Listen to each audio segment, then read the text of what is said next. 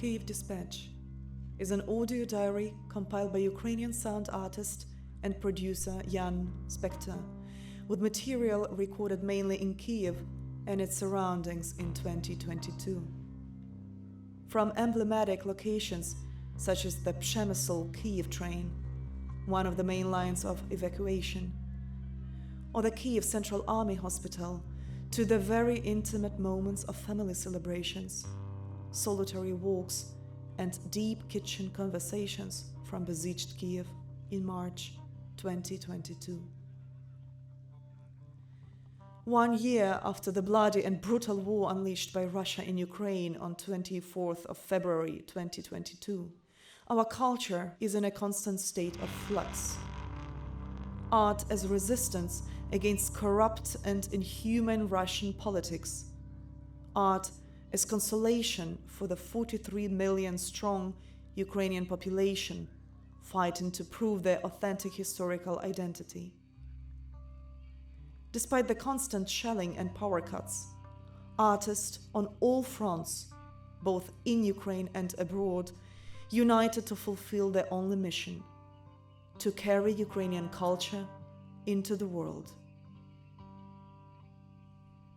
The name of my friend, who is helping me to write these lines today and to document the atrocities of war at first hand, is Roman Melish. He is 34 years old and a graduate of both the National Academy of Music in Ukraine and the Schola Cantorum Basilienis, the Basel Academy for the Study of Early Music in Switzerland. He is a soloist at the renowned National House of Music in Kyiv and, like many other Ukrainians and my dearest colleagues, experienced the most horrific winter of his life in Kyiv.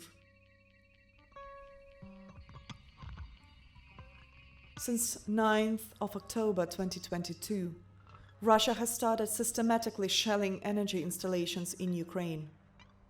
It was done not only to undermine the core of the very physical existence in a country where the harsh winter temperatures can decline up to 25 degrees Celsius, but mainly to break the spirit and to weaken the resistance.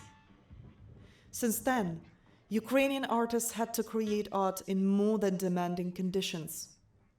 They had no electricity for 12 till 16 hours a day, and sometimes 30 till 48 hours following another round of shelling. No electricity meant they could not cook, had no hot water, could not heat the flat, had no internet, and no communication. The power cuts were also emergencies, which meant without a timetable and any sort of notification, as the power system had suffered incredible damage. For many Ukrainians, candles ceased to be associated with romance. They have become a means of light and heating.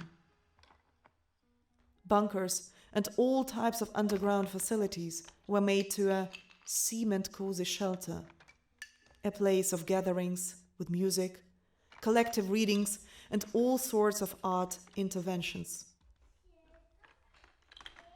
There were no strangers in these places, as everyone shared the same wounds.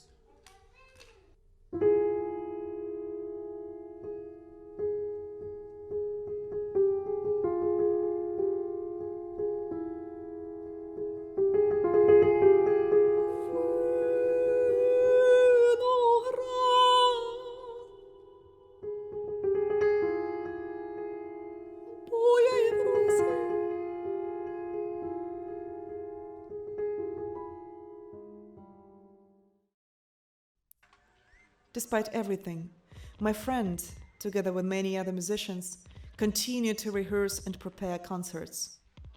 Paradoxically, no fewer listeners came to the concerts because they found comfort and protection in the music. For the artist itself, though, once they had overcome the initial shock of the war, art became a very effective weapon on the battlefield. To manifest our national identity, our fundamental right to exist and defend our legal borders. Ukrainian art has changed, just as the Ukrainians have during this past year. Air raids and shelling could catch Ukrainians anywhere, at home, in a taxi, in the metro, on the way to work, or on the way to a rehearsal. They waited in bunkers or in the underground for the shelling, anywhere you could hide.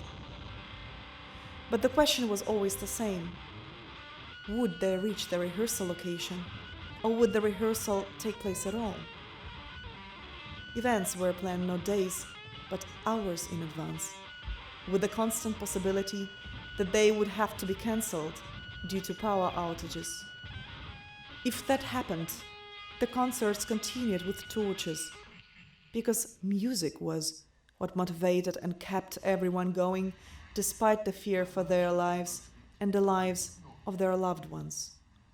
At that time, the sounds of generators, the smell of candlelight, completely dark streets, tremors, and the echo of explosions became a terrifying but soon permanent normality of life, and at some point was even integrated in the artwork.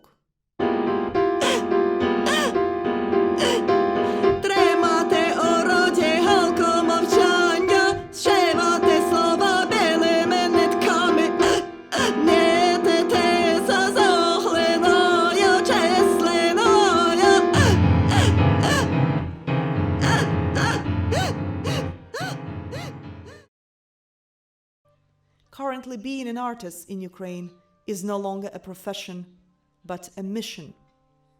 First, to develop cultural content within the country, such as exhibitions, concerts, masterclasses, conferences, performances, readings of Ukrainian poetry, etc. To promote interest in one's own identity, not the so-called Sharovarshchina imposed by the Soviet Union to reinforce the complex of inferiority, but as Ukrainian historical ethnicity. And second, promotion of Ukrainian culture in the world. Ukrainian musicians and artists from other cultural fields introduce the world to the unique creative and rich heritage of our country. We, artists, are warriors, and we defend every day our own cultural front. We unify the nation and spread awareness of the Ukrainian culture globally. Many Ukrainian artists have changed their conductors' batons and instruments, left their paints and film sets, left the theater stages for the war, and took up real weapons. Thanks to them, many artists, as my friend Roman Melish, can perform on stage in Kyiv right now. Many of my colleagues will not return to their normal lives. Many of them have already died, and many of us continue to go to war because it is still going on. It is cruel and unjust. But we strongly believe that Ukrainian culture, its history and heritage, though drenched in blood, will persist. Because it must. Because there is no other way.